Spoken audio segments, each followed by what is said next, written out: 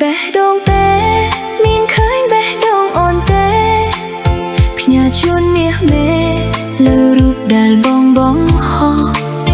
TikTok Facebook គ្រប់អ្វីដែលបងបានផុសប្រាប់ត្រង់ចោះអូនលួយស្រឡាញ់ប្រថ្លៃឃើញបេះដូងទេអូនផ្ញើទៅច្រើនដងហើយមិនមែនលេងឡើយអូនផ្ញើព្រោះអូនបែកទេបងជាអាយដលក្នុងបេះដូងអូនណាថ្លៃតាមមើលពិសី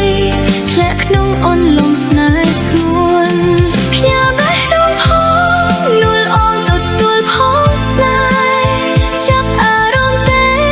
បេះដូងអូនផ្ញើទួនអូនដេកញញឹមពេលឃើញបងផុសណាស្ងួនស្រមៃថាអូនជាគូស្នេហ៍របស់បង